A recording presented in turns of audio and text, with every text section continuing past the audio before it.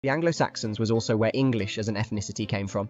It were Bede who first put across the idea of the English people.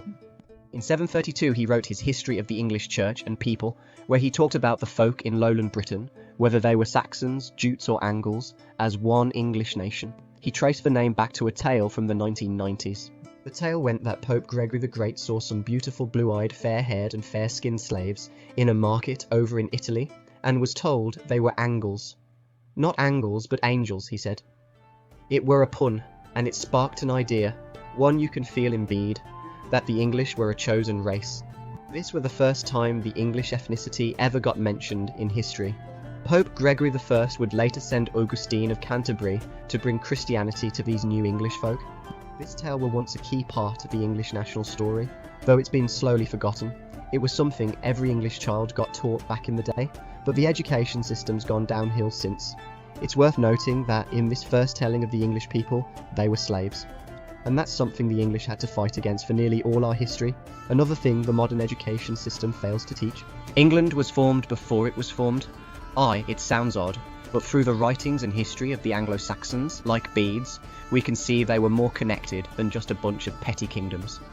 It came together loosely through politics and shared culture, before folk like Alfred the Great could start to pull the idea of a united England into shape, an idea that were made real by Alfred's grandson.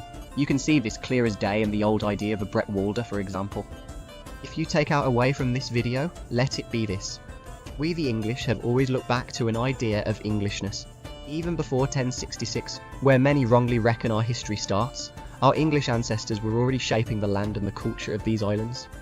This sense of Englishness should never be forgotten. Our language, our island, our imaginations, our literature, religion and songs, all of it finds its roots in Anglo-Saxon England. This is also how we're seen by the outside world. A good recent example of this is the Russian leader, Putin, who said that the Anglo-Saxons are to blame for the explosion of the Nord Stream pipeline in the Atlantic Sea.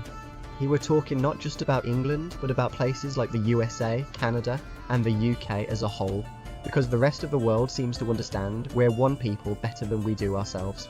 You can see this too in what other nations call us in their own tongues.